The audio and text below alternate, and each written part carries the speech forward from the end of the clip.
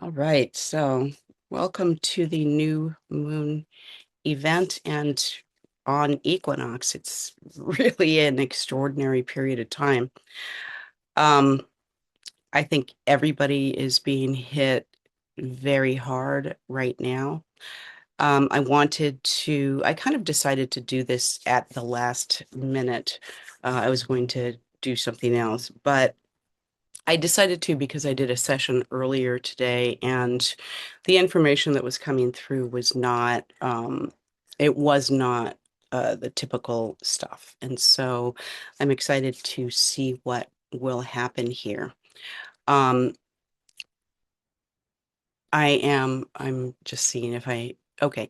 So Louise was talking about the tower card just now.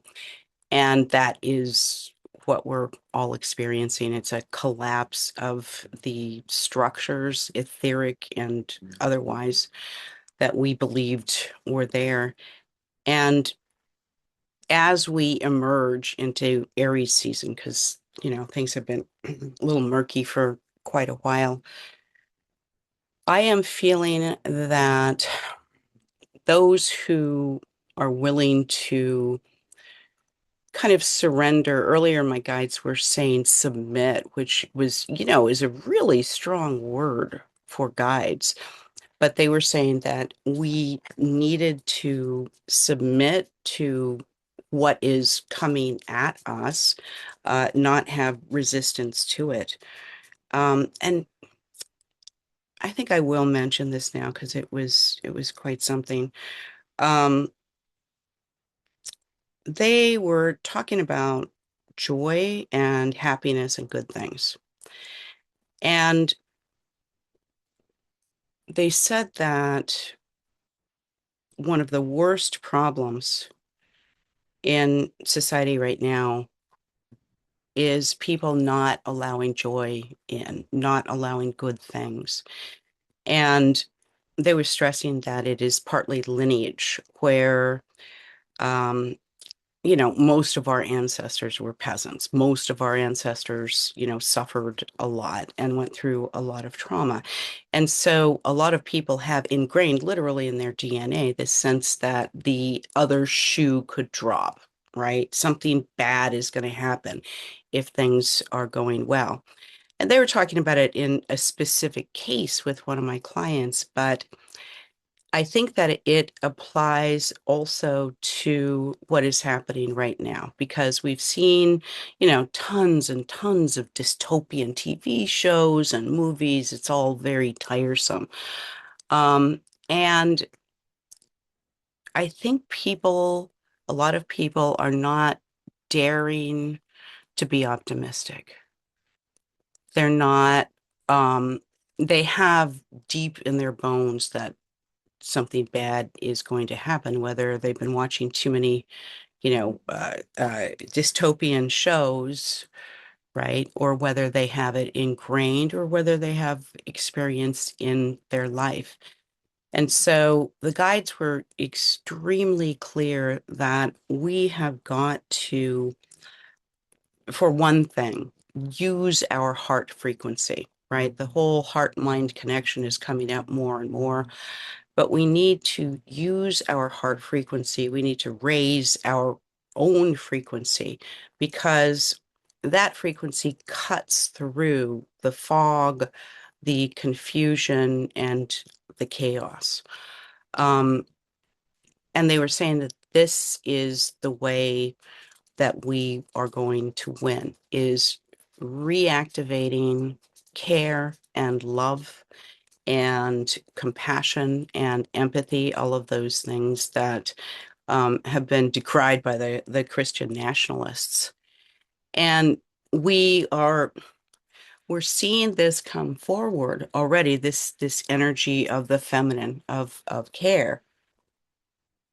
In, for instance, what happened in the Twin Cities, Minneapolis, where these mutual aid organizations were set up, that we have all kinds of people coming forward for not the usual political reasons. They're coming forward because, of course, a lot of people are being directly hit, but also it's becoming clear that there's a war against our children. Um, and the Epstein case, other cases that are coming out are, you remember back when we had the lockdown and the pandemic stuff, and then we had the Wayfair thing where people were claiming that children were being sold through this mail order furniture company. Um, and then there were various propaganda movies put out. Um, and it was all about the Democrats' satanic cult and so on. And that recruited a lot of people that I knew fell for the propaganda movies. And now, what is happening with the files? What's happening, in the Middle East with these children being killed? It is provoking a response in people, which I don't know if anything else could provoke this kind of thing, because it's certainly, well, I mean, a lot of the people who fell for the propaganda, unfortunately, don't believe whatever, they're a bunch of nuts. But what is happening, let me just find my place because I got distracted by the nuts. Um, boop, boop, boop, boop. Um, but this is an issue that unites everyone. It unites any political stripe, people who are not political, and it is cutting through a lot of this noise. Um, and it's provoking also, I've been watching the survivors a lot and looking into this because I think this is one of my core wounds. But the feminine energy that's rising with them isn't, I mean, a few years ago we had kind of a soft energy coming forward. I guess it was sort of the precursor, but now, man, I mean, I felt Kali type energy in the past, but this goes beyond that. And this is very ancient, deep, resonant energy that is coming forward. This is, I spoke to one of my clients' ancestors recently, and in the past, we've spoken to some relatively recent ones, last 2,000 years. These ones were thousands and thousands and thousands of years old. And the energy coming forth from them um, was distinctly feminine, but not feminism, not any kind of energy, feminine energy that I have felt this intensely. Um, and so letting in the good, right, and letting in joy is absolutely necessary for looking toward the future, toward creating a new future. Um, and I think that the war on kids and girls in particular, like that Iranian school with, I think it was almost 200 people killed, most of them girls.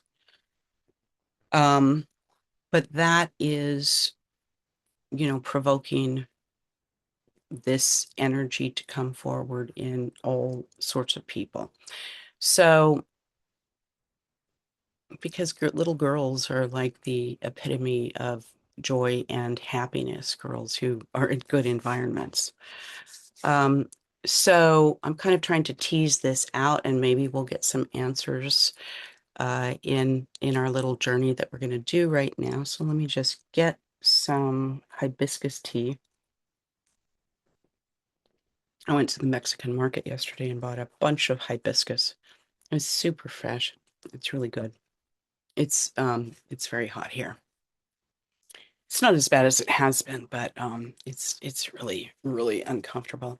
So, and it's like that for everybody, whether it's bad weather or good weather. I mean, this is not good weather. It's like 30 degrees above the average. Anyway, all right. So, oh boy, let's get ready for this. I'm feeling like I needed to open my heart there. So if you are so moved, do stretch out your chest. This office posture that we have is it's not just bad for like our neck and shoulders and our whole body. It is also really bad because it closes our heart. So when I was a trainer, I always used to try to externally rotate my clients as much as possible and stretch these muscles so that the heart could be open. That isn't the terms that I used back then, but totally applies. All right, so let's just get ourselves comfortable in whatever way we need to. And whenever you're ready, just close your eyes. And first thing is to hold your own hand. And I want you to feel the kind of strangeness of that.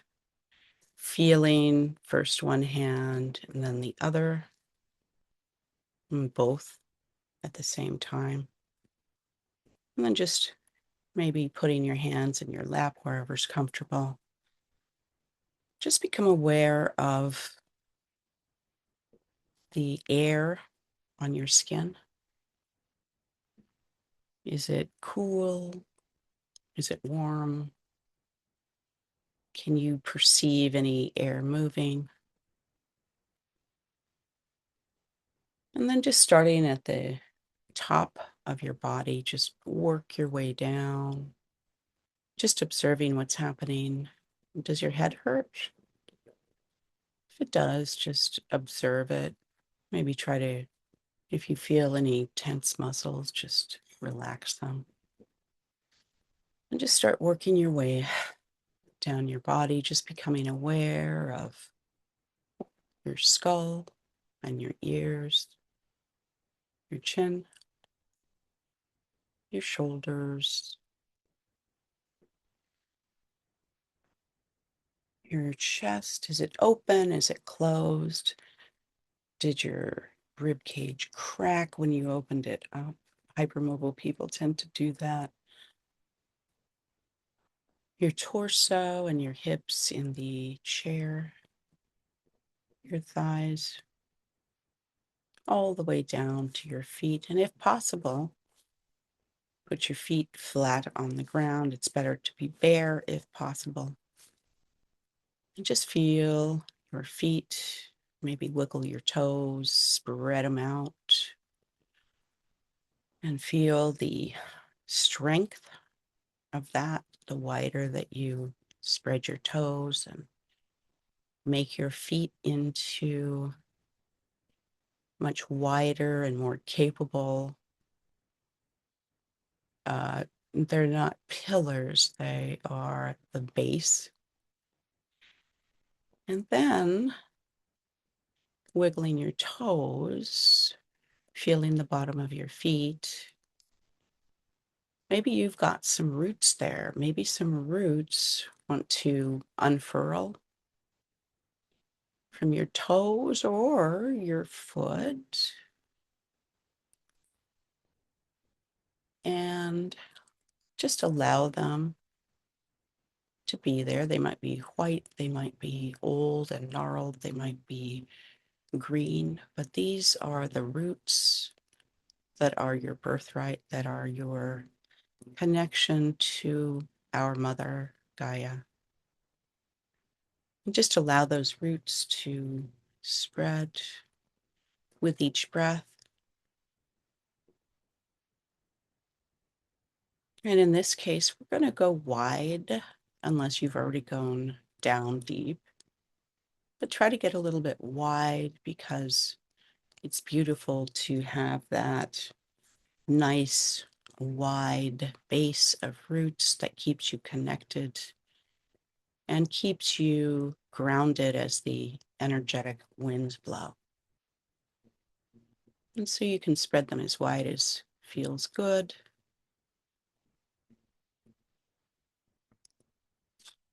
And now we'll start going down.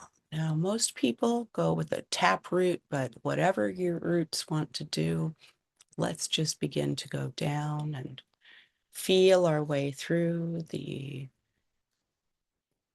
loam and the dirt and just slowly expanding down and down.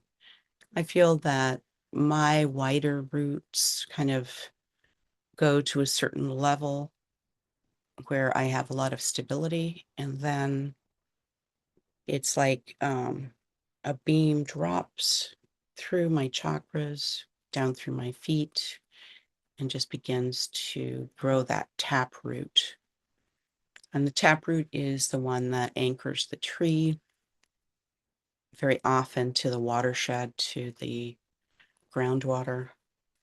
And let's go down.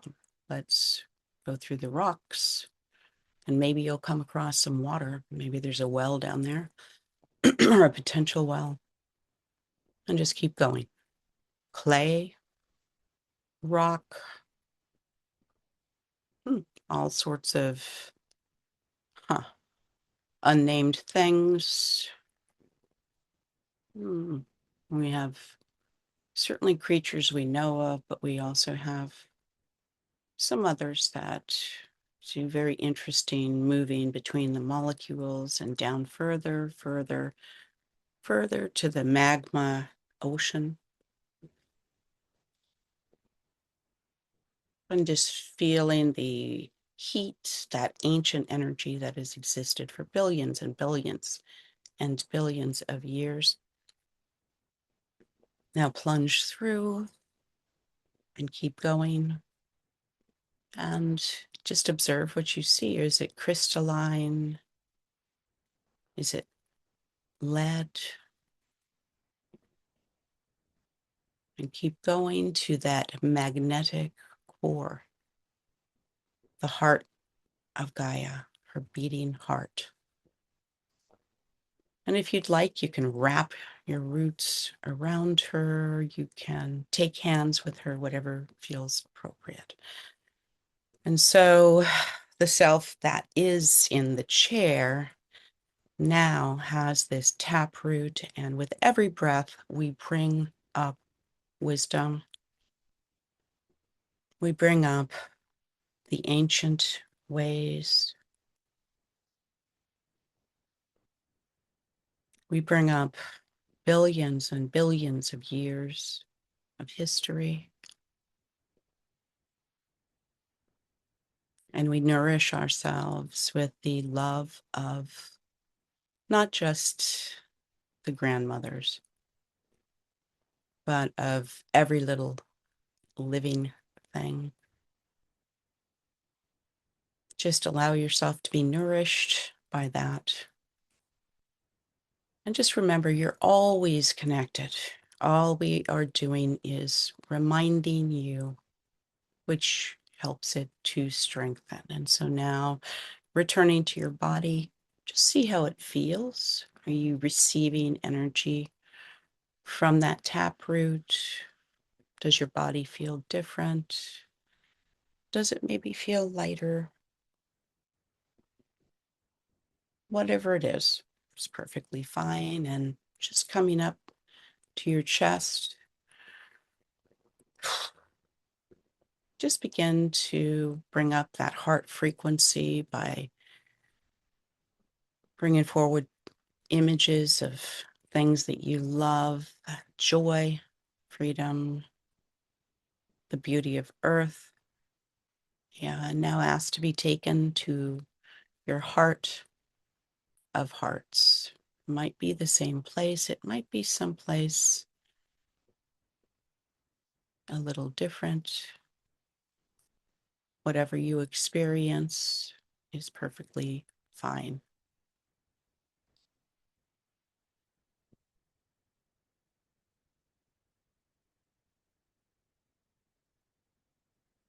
And so just continue to allow the flow of this ancient wisdom. These are packets of information that you're receiving in molecules, and as is appropriate over the next period of time, these will unfold for you more and more drops of wisdom. It's hard to interpret a lot of this because it's just very image rich. So, yeah, I'm now seeing a number of female figures appearing to either side and to the back.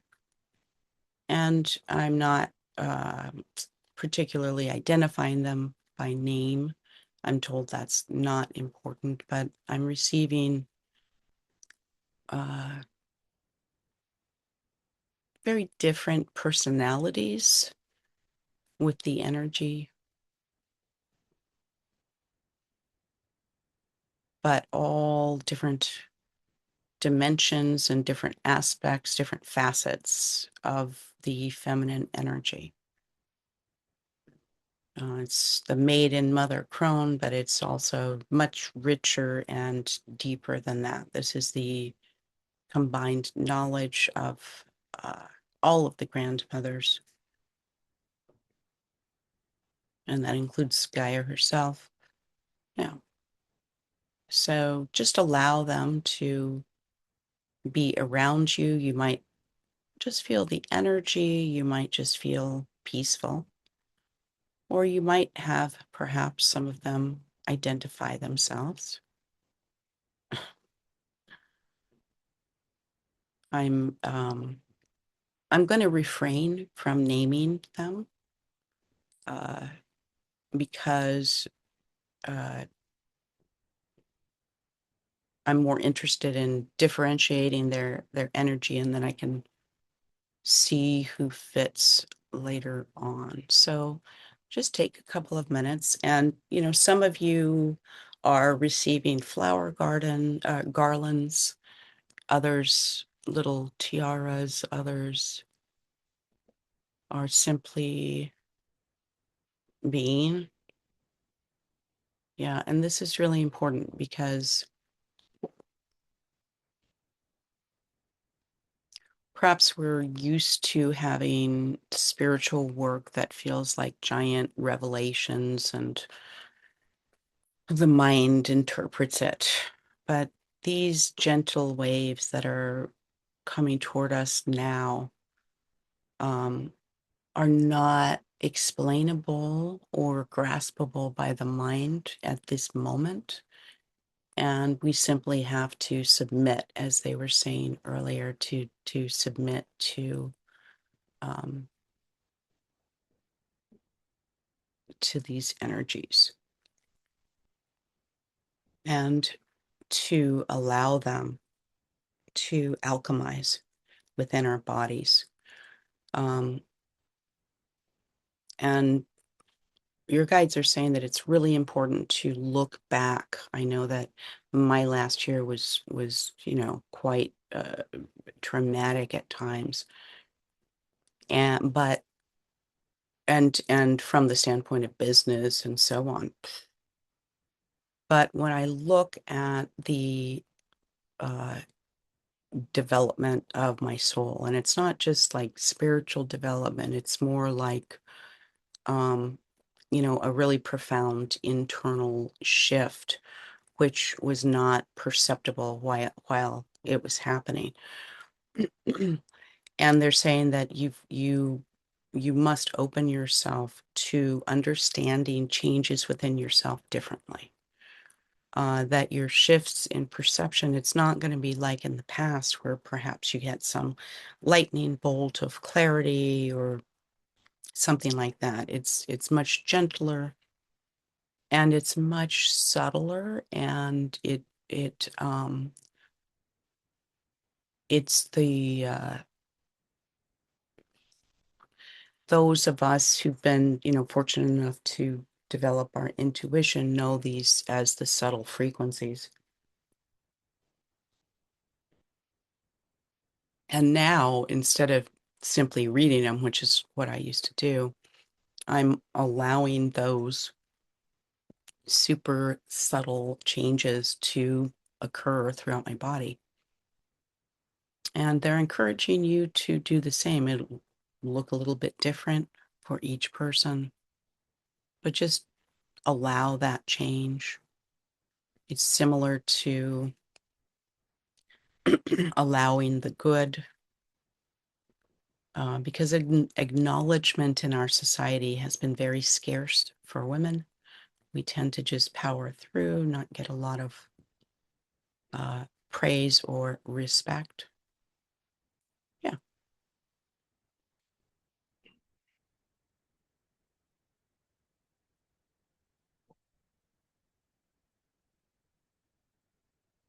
All right. And so some of you have your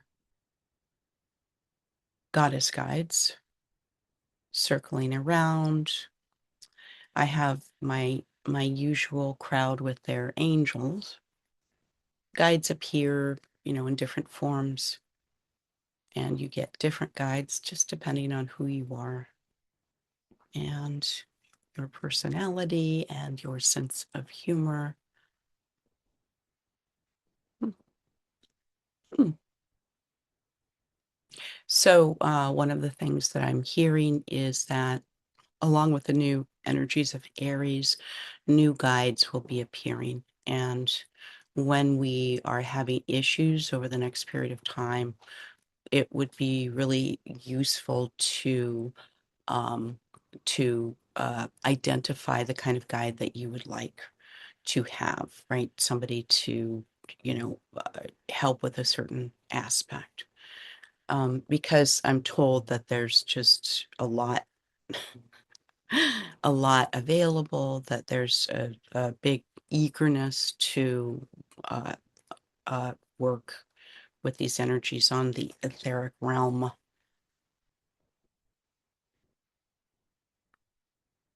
Yeah, so keep on the lookout for new guides. They might have some very saucy personalities. I'm getting, a lot of like, uh, I guess it's Aries energy. Um, I'm only myself learning to identify those. Um, yeah, so keep a lookout.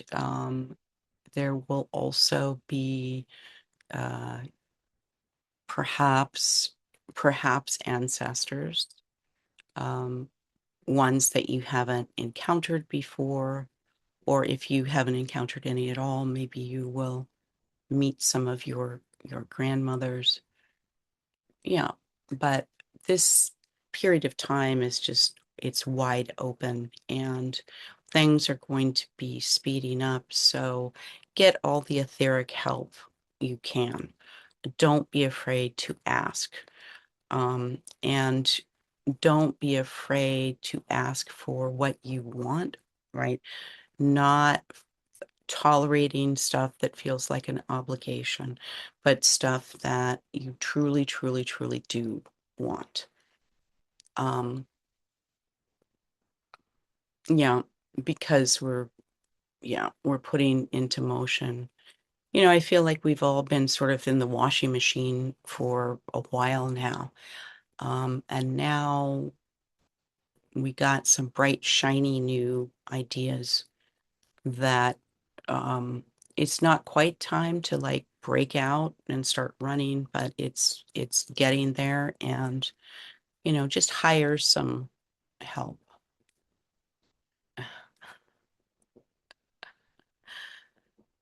All right. So just kind of drawing back, and you might just be having a peaceful meditation. You might be seeing some of your guides. You might be experiencing any number of things. But let's just draw it back and just ask them to come to a nice conclusion. I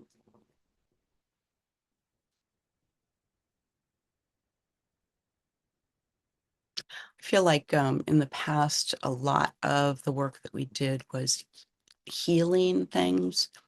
This feels different. This feels like it's bringing forth from you. Yeah. Yeah. And maybe you'll give them a gift. Maybe they'll give you a gift. Maybe you'll embrace. Maybe you'll wave goodbye. Maybe you'll just sense that something's different.